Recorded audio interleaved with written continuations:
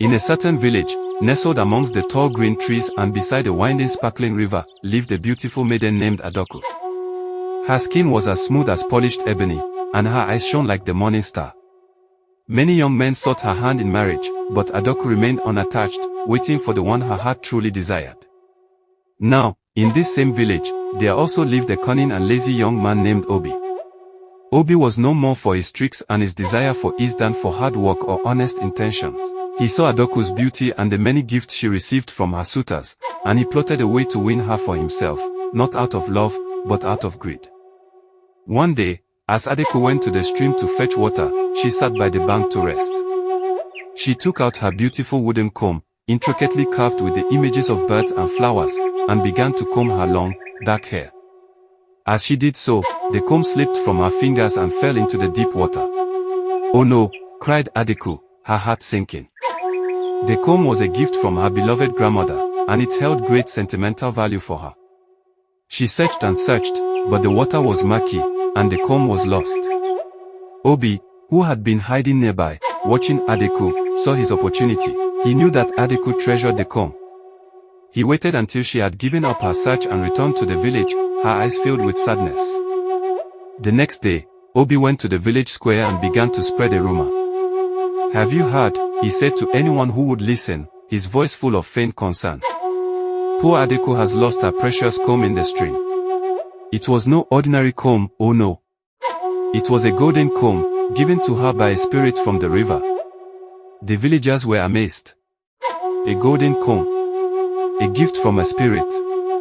This made Adoku even more desirable in their eyes. Obi then approached Adoku, his face grave.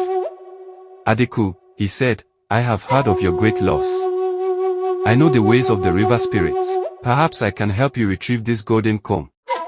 Adoku, still saddened by the loss of her beloved wooden comb and now intrigued by the rumor of a golden one, was hopeful. "Oh, Obi," she said, "if you could help me, I would be forever grateful." Obi, his eyes gleaming with deceit, replied, "It will not be easy. The river spirits demand a price. You must promise to marry the one who retrieves the comb for you." Adoku, desperate to recover her precious items even if she now believed it to be golden and not suspecting Obi's trickery, reluctantly agreed. Obi then went to the stream. He simply reached into a shallow part of the water where he had secretly placed a cheap, tarnished brass comb he had acquired. He emerged with it, holding it aloft. "Behold," he exclaimed to the villagers who had gathered. "The golden comb. The river spirits have answered my plea." The villagers gasped in admiration at the shiny, though not truly golden, comb. Adoku, though she knew in her heart that this was not her beautiful wooden comb, felt bound by her promise. Obi pressed his advantage, reminding her of her vow to marry whoever found the comb. Just as preparations for the wedding began, an old and wise woman of the village, known for her sharp mind and insight, noticed Adoku's continued sadness. She approached Adoku and asked her about the golden comb. Adoku, feeling troubled, confessed the truth. She told the old woman about her lost wooden comb and her suspicion that the one Obi presented was not the same. The wise old woman listened patiently. Then, she smiled knowingly. "Do not despair, my child," she said. "We shall discover the truth." The next day, the wise woman gathered the villagers by the stream. She addressed the river, her voice clear and strong. "Oh, mighty spirit of the water," she called out. "We have a question for you. A comb was lost in your depths. Was it a golden comb, as some claim, or was it something else?" Then, the wise woman threw a beautifully carved ebony comb, similar to Adoku's original one, into the stream.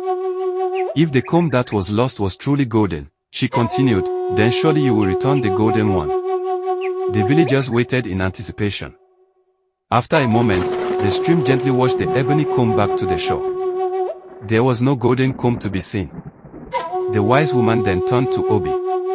"Obi," she said, her gaze piercing, "if you truly received the golden comb from the river spirits, where is it now? Why did the river not return it when called upon?" Obi stammered and shifted his feet, unable to meet her gaze. His deception was revealed for all to see. The villagers murmured amongst themselves, realizing Obi's trickery. Adoku, her spirits lifting, spoke up. The comb I lost was not golden, she declared. It was a wooden comb, carved with birds and flowers, a gift from my grandmother. The wise woman nodded. The river has spoken, she said. Obi tried to deceive us all for his own selfish gain. He does not deserve the hand of Adoku. The villagers agreed, their respect for Obi diminishing. Adoku, relieved and grateful, thanked the wise woman for her wisdom. Obi, shamed and his plot foiled, slunk away from the village. And so, Adoku was saved from a marriage based on deceit.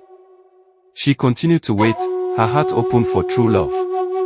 As for Obi, he learned a valuable lesson that day, that honesty and hard work are far more rewarding than trickery and lies, especially when it comes to matters of the heart. Don't forget to comment, like and share for more videos like this.